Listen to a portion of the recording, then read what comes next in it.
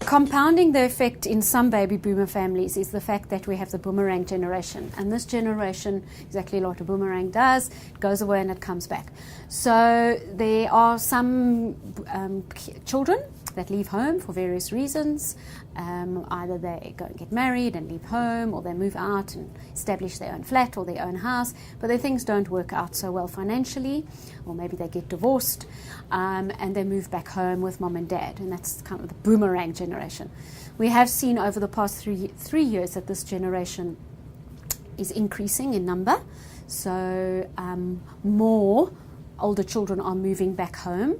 At the moment it sits around 17%. It used to be around 12-13%. So that's another thing to take care of. So not only do the boomers have to take care of their own financial situation, but now they've got added responsibilities with other family members coming back home. I think also it's very important that our youth today learn, sit up and take note of what's happening in the baby boomer generation. So it's not good enough for somebody to say, oh, well, I'm not in that generation, that's fine, it doesn't affect me. Because what is going to happen, not only are they going to have to take care of those people, because those are their parents, but they need to make provision for their own retirement, their own savings, their own finances. And we know that the youth is a very, very today, everything for now, a very impulsive generation, instant gratification generation. So they really need to take note of what's happening to the older generation.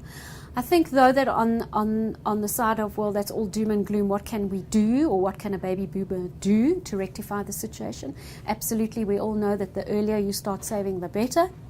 And not only do you have the benefit of the length of time, but you have the benefit of compound interest on money.